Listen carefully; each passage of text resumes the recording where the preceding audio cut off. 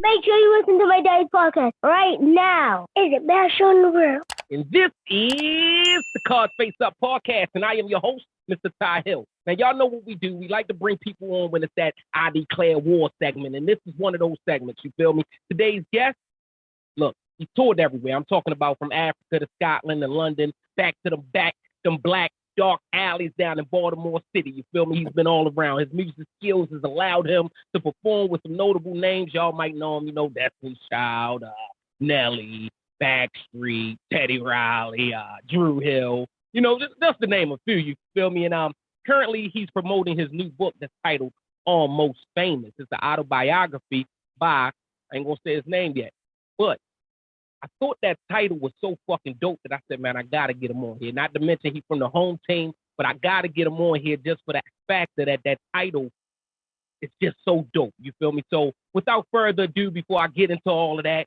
I want to welcome on here Mr. Dwayne Cooli Hi Jones. My man, thanks for having me, man. I appreciate you. I appreciate the love. Man, look, I know you're busy, brother. I appreciate you for coming on and giving us some time. You feel me? So we thank you, man. Salute. I hope all is well with all your loved ones and your life and shit like that, man. All the great things. Everything. Same to you as well, my brother. Same to you as well. Real talk, man. So look, like I said, welcome to the show. Thanks. But like I said, that title stuck out to me so much, Almost Famous, because a lot of my listeners and supporters, they chasing that dream, they chasing that music business and things of sort. And I thought that title was something that I wanted to talk about because it shows that you know what it takes, you know what it goes through. So that title caught my interest. Yeah. What do you mean by almost famous? How close was you? Let's start it off easy for him. How close to famous was you? All right. So wow. Well, put it this way, back in 2001, right? I was featured on one of Sisqo's first singles off his second album called Return of Dragon, a single called Can I Live, produced by Teddy Riley. So at the time when I was featured on that single, I was signed to RCA Records, just signed a deal, $2 million record deal, you know, signed with them, did the song with Sisqo, and then just went on a world tour with him, you know what I'm saying? So did a lot of big things under that. I don't want to give too much of it, you know, because a lot of it is in the book, but when I say almost famous, that's exactly what I mean, almost famous, because I almost made it. You know what I'm saying? I actually signed the deal, had the deal, but then I lost it. I signed the deal in April 2001, and it was all over in September 2001. And the book actually talks about everything I had to go through, just getting to the point of even being noticed to get a deal. Finally to get a deal, all the backstories, all the things that people don't tell you what goes on in the music industry, all the relationship building, the relationship breaking, you know, the heartbreaks, the up and down, the turbulence of trying to get that thing popping, you know what I'm saying? I talk about all of that. I lay it all on the line, the good, the bad, and the ugly, you know what I'm saying? Finally got it, and when I lost it due to a situation when 9/11 hit the actual, you know, when a plane hit the towers, RCA dropped that black division. And when they dropped that black division, they dropped the group that I was in. And from 2001, maybe September 2001, all the way up until when I stopped the book. I'm not going to say when I stopped it, but I was trying to get it back because I already had a taste of it. It was almost like a vampire tasting blood. Once I got it, I was addicted to it. You know what I'm saying? So that's what the book entails and talks about in depth and detail. Got you.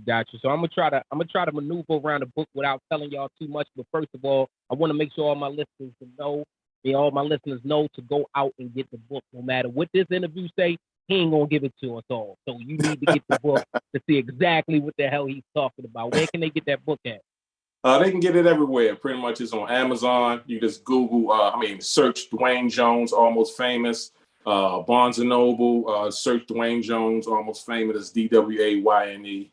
Jones, Almost Famous. Walmart, Walmart.com, BarnesandNobles.com, of course, Amazon. And actually, you get off my website as well. It's AuthorDwayneJones.com. Got you.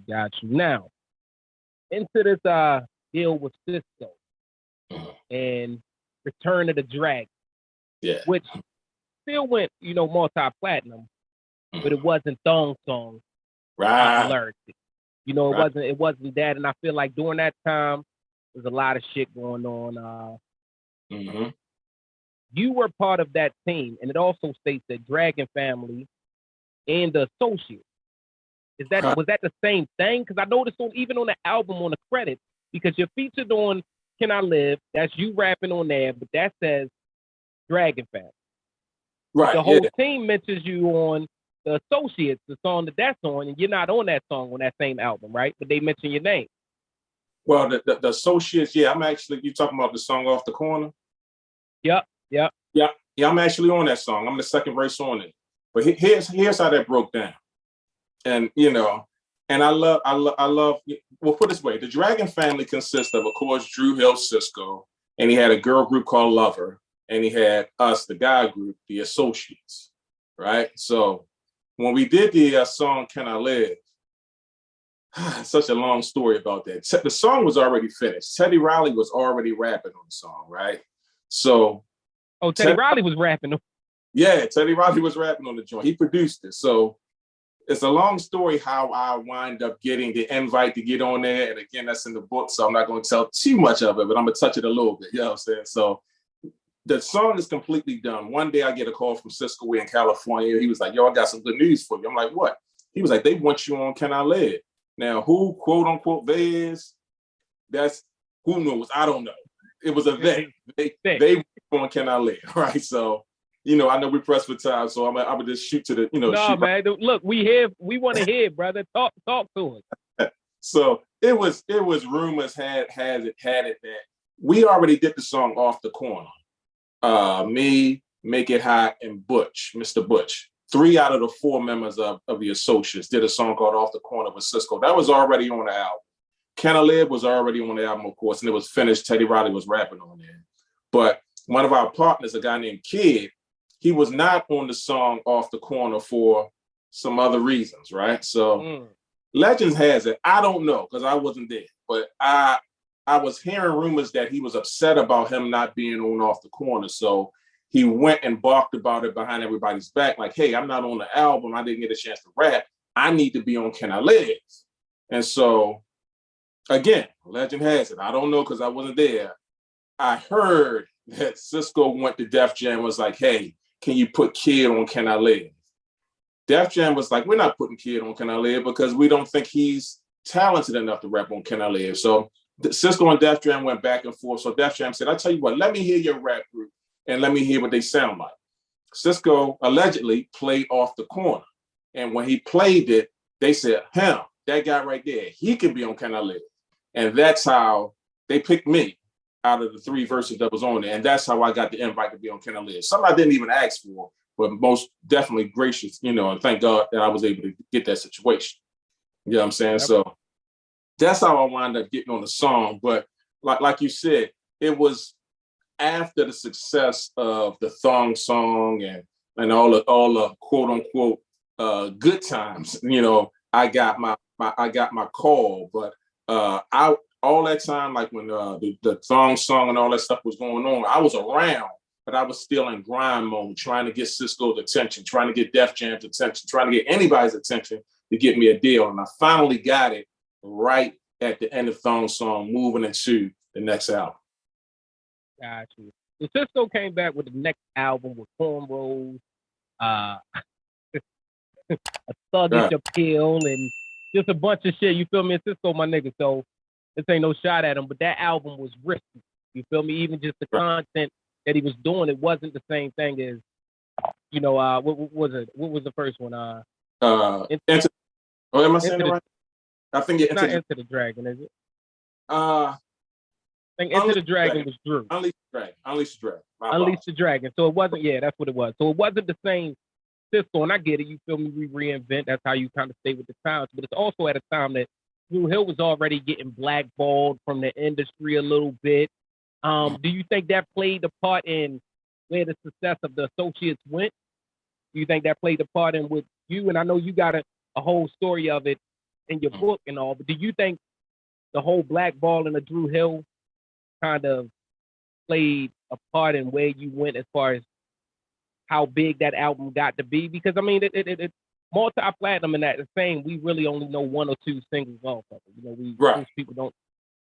Yeah, absolutely. Absolutely. That definitely had a part of it because you figure if you cut the head off, the body falls. You see what I'm saying? And so Sisqo was the head. So what Sisqo did, I thank him for this, he didn't sign us to his production company. He let us sign straight to RCA. And which he could have actually had us sign under his production company. He could have got the budget, controlled the budget, and he could have, did what everybody did. You know what I'm saying?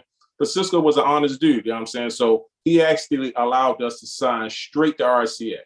You know what I'm saying? But being as though he was going through a lot of turmoil that he was going through with Def Jam and situations over there, our success and failure fell in his hands. So depending on how good he did was how good we were going to do. So when he was, kind of sort of in the hot water in a lot of situations, it didn't help us at all because we didn't have a leg to stand on because at the time, we had good songs and, we were quote unquote hot. We thought we were hot, you know what I'm saying?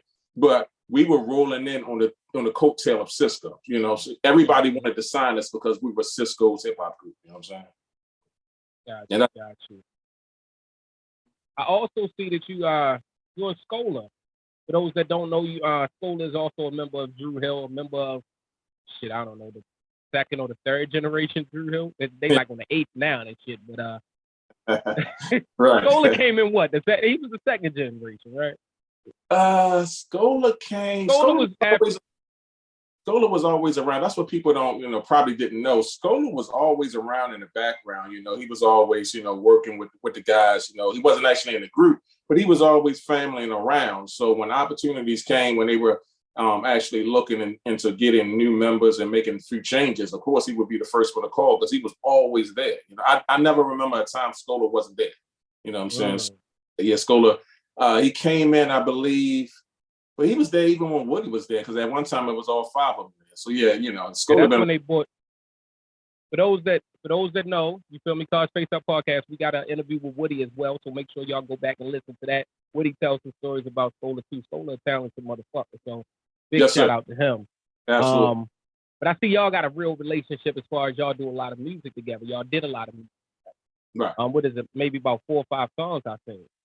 Yeah. Like I said, Scola been around since day one. We actually went to the same high school. We went to Carver, you know what I'm saying? So, Scola's, one of my day ones, man. I consider him all my brother, you know what I'm saying? But I'm probably the tightest, out of all of them, tightest with Scola, you know what I'm saying? But yeah, we've been doing things together. We still are doing things together. He actually, when I went into the writing phase, I was starting to write R&B and pop songs. He actually demoed a lot of my songs. He sung at my wedding. I mean, Scola's like family, you know what I'm saying? Yeah, we got together and we got plans to do a lot more. Yeah, Scola's one of those people I feel like he don't get the credit he deserves. You feel me? It's sort of like Woody. I think Woody don't get the credit he deserves as far as such an intricate part voice-wise. Right. Shout out to Scola and Woody. Yep, absolutely. Yeah, definitely. So, but I don't want to touch too much because again, we are here to make sure y'all go out and get the book. Make sure y'all go out and get the book. But tell us, man, you got a chance to go overseas with one of the hottest R&B artists. Shit, at that time, this was what was that line? Drop your pants and what Usher say, drop your pants and everybody, all the girls rush to the stage. Like, right. what was that like? Like being with Sisqo overseas and this nigga's like the hottest nigga ever. I mean, but right. Shout out to Sisqo and Mervo, you feel me? He's one of Mervo elites, you feel me? I'm Mervo too, so y'all Carver, whatever. But what was that like? Tell us some stories there that people might not know and they won't get inside the book. What was it like being a part of that? It was like a dream come true, man. Everything happened so fast. Once I did the song Can I Live, and it was official that I was on Can I Live. Because see, what people don't know, and I've said it before, but what people don't know, when you do, like, let's say you do a feature, right? Like I did my verse on Can I Live. Once I did my verse, I still didn't know if I was going to be on the song or not. Because remember, I told you Teddy Riley had already had, it was finished. He already had his verse. So 1 week, it was like, Teddy Riley going to be on the song. Next week, they were going to keep me. The next, it kept flipping back and forth. So I didn't even know I was going to be on the song until we actually went to Miami to do the video. Now, they flew us to Miami. We about to shoot the video like the next day. And we're in a club one night and the song come on. So I'm like, I'm glued, my ears glued to the speaker. Like, who am I here? Am I here Teddy Riley in my voice? You know what I'm saying? Because I don't know if I made the song or not. You know what I mean? Because they at like a light switch. You know what I'm saying? But long story short, they flipped it on, and I was on there. And right after that, immediately everything started taking off. The first show I did with Sisqo was a show called Top of the Pops in London. So we flew to London, and that was supposed to be a big show, but I didn't know anything about Top of the Pops. I didn't know anything about London, shows over there at all. But it was supposed to be a big show at the time, back in 2001. Did that show, and as soon as we came back, the first show I did on U.S. soil with Sisqo was the BET Awards. So that showed you how big moments were. You know what I'm saying? And from there it just kept going and going. We did MTV TRL, we did CBS Morning Show. We were just everywhere, you know what I'm saying? So, it was a lot of good things happening, but it was like it was going so fast you couldn't even really feel it. You know what I'm saying? Like a lot of times like me and my wife, we travel now, and she might ask me, have you ever been here? And I'd be like, yeah, I've been here, but it wasn't like I was here, because I came in this town one day, did a show, and I was gone. So I didn't even experience the town. You know what I'm saying? So I say that to say everything was moving so fast. I do remember one story.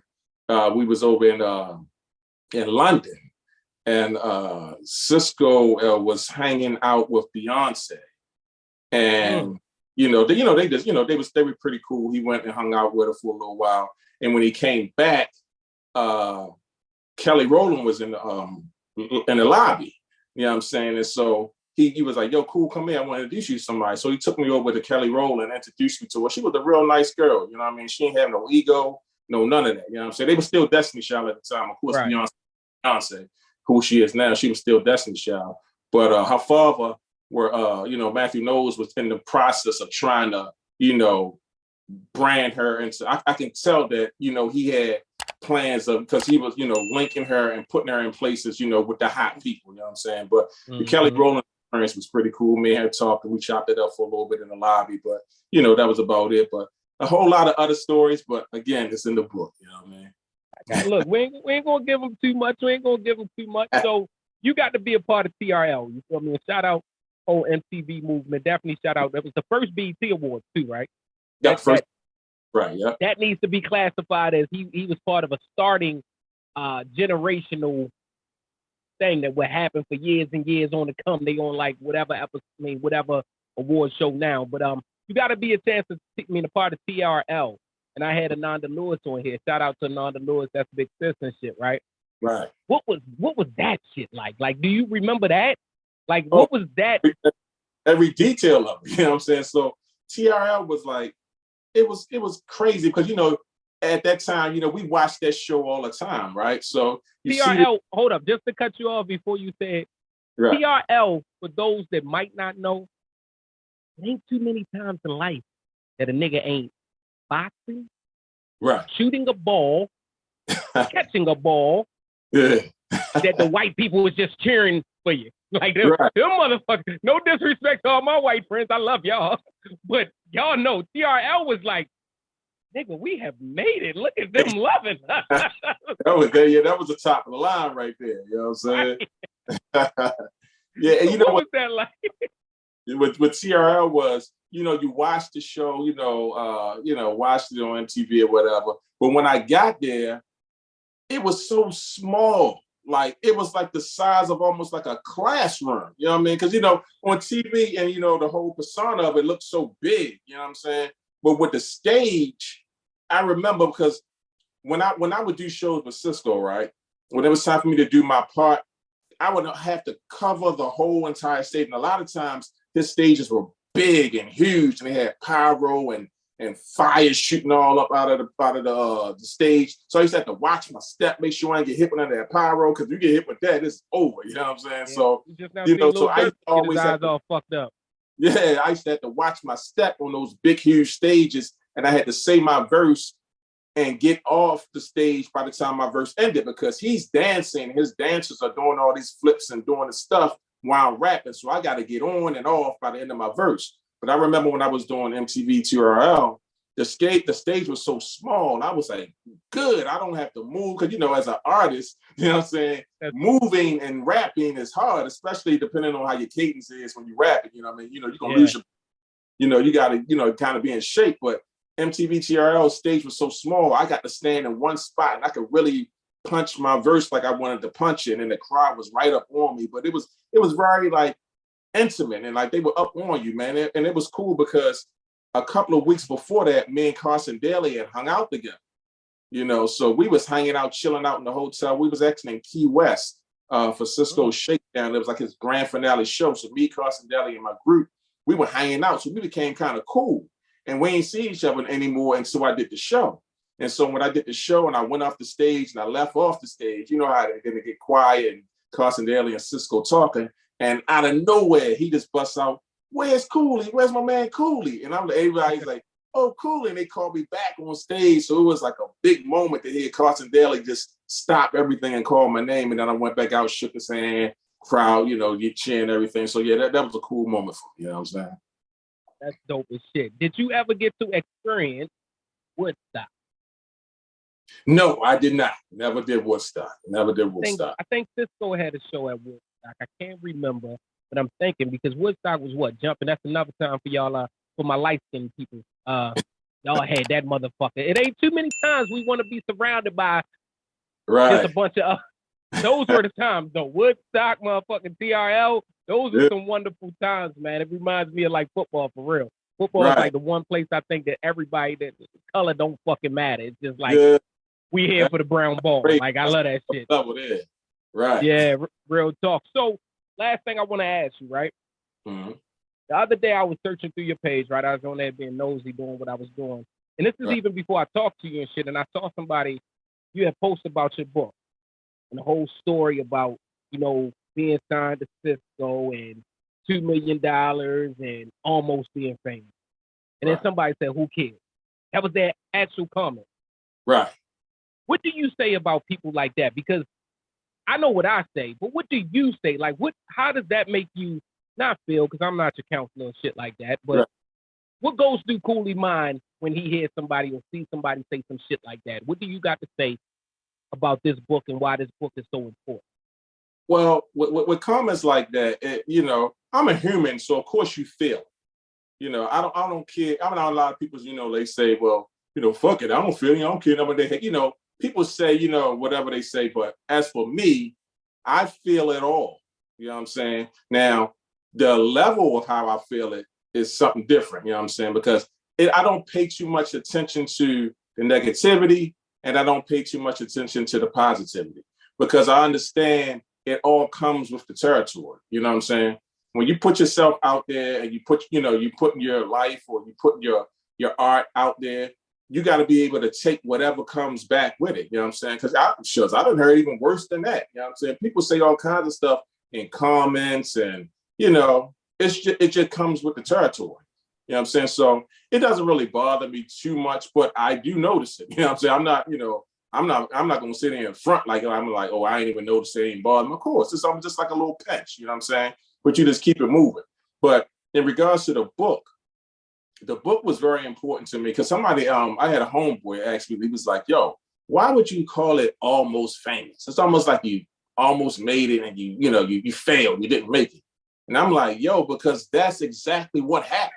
You know what I'm saying? Right. You know what I'm saying? Being honest. Yeah, if you, like I said this a lot of times, if you stand on your truth, nobody can ever use it against you. You know what I'm saying?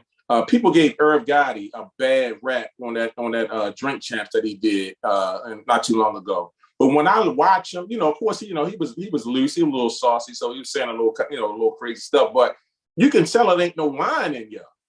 You know what I'm saying? It seemed like he was, talking whatever he thought was the truth. You know what I'm saying? And I can respect that, whether I like what he said or not. You know what I'm saying? That's the same way I am when I did my book. I put the good, the bad, and the ugly in there. You know what I'm saying? A lot of people ain't gonna like what I said, but I didn't do this journey on my own. Like when you live life, you're not living a life in a bubble. So when you're writing about your life, other people were involved, other situations were involved.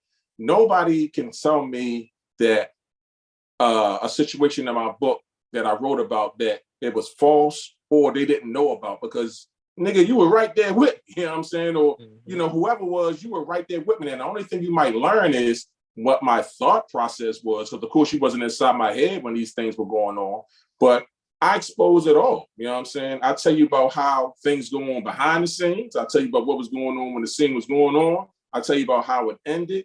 And I'm just, blatantly truthful about everything I talk about. And the reason why I did that more so wasn't really about to make money or get like some sort of name out of it. I just didn't want to die. And what I mean by, everybody dies in the physical form, but through art and through internet now, you can live forever. This book, my great, great, great, great grandkids can read this book and know me like my wife knows me, because they'll know me from cover to cover. You see what I'm saying? So I just didn't want everything I did, because I did a lot that nobody don't even know about, and some people don't even care about, but there are some that do. And then this book can inspire somebody else to write their story, because we all got a story. Everybody got a story about how they came up, how they got into whatever they got into, how they, trials and tribulations, relationships, whatever they went through in life. We all got a story. And maybe my story might, put a spark in somebody and make them want to write theirs. Mm-hmm. Yeah, I'm glad that you honest with it. You feel me? When you just now said, that you do feel it, because that's some real person shit. You feel me? Like Erykah Badu said. Right. Erykah Badu said, I'm an artist and I'm sensitive about my shit. So you're supposed to be. You feel me? And actually, what you said about the dying part, I've mentioned that constantly on this, on my platform, because I'm a former artist. You feel me? Right. And I say, my music, as long as I got that music recorded, I ain't really got to say shit to nobody. You can listen to it and find out exactly who I am, how I felt. Shit, sometimes I listen to it and find out shit about myself. So, right. Your story is supposed to be put out there. So we salute you for that, brother. We salute you for not being afraid to go against whatever it is. And motherfuckers don't. I got a few more questions. I was gonna let you go. Now I want to know some things. I want to know who gonna be mad? Who gonna be mad, Cooli? Sisqo going release the dragon on your ass? That's not. If we was in New York, you got to say pause like 6 times for that shit right there. Pause. But if Sisqo going to come unleash the dragon? What's crazy? I'm not sure if he read the book yet or read his parts, because it's a large book, right? So what I did was, once I wrote it, everything I did, just out of respect. Whenever I do a new song or I do anything, the first person I call is Sisqo. Like, yo, I'm about to send you this joint, just out of respect. You know what I'm saying? Because I grew, for years, I used this man's studio in his basement. He never charged me one dime, on State Art Studio. He put me on the song. He didn't have to put me on that Can I Live song. He could have let Teddy Riley be on there. He could have put DMX on there, Method Man, all them hot dudes that was over at Def Jam at the time. But, he gave me an opportunity, so I'm forever grateful to him. You know what I'm saying? So I gave him the book a while ago through a friend of ours. We have a mutual friend, but it's his assistant. One of my good buddies, I consider like a brother, named Charles McGee. He's Sisqo's personal assistant. Sisqo doesn't live in Baltimore no more, but Charles sees him all the time. So I said, yo, I'm going to give your book to Charles, so the next time you see you, he'll give it to you. So I'm not sure if he got it and read it or not, but I know like his family, his sisters, his cousins, all of them bought the book, and they probably read it and told him some stuff. Now, I know how Sisqo thinks, right? And sometimes he might take things out of context, But like I said, everything I said in the book there's no surprises. The only surprise that somebody's going to hear about is what I was thinking when these things were happening. You know what I'm saying? But people were there right along with me. There's no surprises now. Maybe somebody might be like, well, why did he put that in there? But I'm not just randomly just dropping dry snitching or just saying this or saying that. I'm saying things that ties into me, number one. And I'm saying things for a reason, because it leads to something later on in the book. You know what I'm saying? So a lot of people might be upset. I don't know. You know what I'm saying? My aunt told me she was going to sue me. my aunt will sue me. I had a few homeboys, a little. I had a few feelings about some things that I said, but I care about what people feel, but I don't care enough for it to taint my story. If that makes sense. Still what the shit I learned? That shit I learned most of my shit that I learned in life from movies. But what is it called? Vantage point. You still have your point of view. It's still another person could tell that same story and saw completely different things because you're saying in two different places, two different phases of life. So, brother, I salute you for telling your part of the story. For anybody that's mad, hey, go tell your motherfucking side of the story, and that's how you correct those things. And now we have two, and then the feds get between. I made it my duty not to read the book before I interviewed you. I made it my duty because I said I didn't want to say too much about the book. So now, as soon as this interview is over, I'm going to listen. I'm going to listen. I ain't going to lie to you. I'm going to listen to the fucking book because I listen to books. I'm an audio type. But, yeah, man, look, Cooli, we salute you, brother. I want everybody to know. Go out and get it on all platforms. All platforms, wherever you can get a book at, go out and get Almost Famous. The autobiography by Dwayne Cooli Hi Jones. Make sure y'all go out and get that. Grab 2 copies. Grab 3. You might see Sisqo dancing through the street one day. Throw the nigga a copy. That's the man. Hey, Mark, come on through this motherfucking show and tell your side of the story too, nigga. Nah, man, but for real. Cooli, we appreciate you, brother. Looking forward to reading the book, man. I'm wishing you nothing but success. This episode was brought to you by the fine brothers over there at motherfucking billionbrothers.com. Go out there, get you a genuine leather bag. Y'all see me with the bags. I got them in all flavors. I got the ones that strap over. I got the book bags. I got all that. Get you one of those leather bags. Throw one of those Almost Famous books inside of it. Y'all have a great day. Hey, Cooli, brother, I wish you much success. Absolutely. Tell everybody how to keep up with you, though. Other than getting the book, after they get the book and they want to read it and now they want to talk shit to you or talk to you and call you and all that stuff, tell them how to get in touch with you, brother. Yeah. Holla at me, peoples. I'm on IG. It's official_Cooli Hi. And Cooli Hi spelled COOLIHI. Everything else is Cooli Hi, the same spelling. Just best to go on Linktree/Cooli Hi, COOLIHI. Has all my links there, you know what I mean? I'm accessible. You follow me, I'll follow you back. And, let's kick it. You know what I'm saying? That's what it is. Hey, Cooli Hi, we wishing you nothing but success over here at Cards Face Up Podcast, and we appreciate you for coming through, brother. Salute. Go ahead and do your thing, man. Continue. Thanks. Have a good one. You too, brother. All right.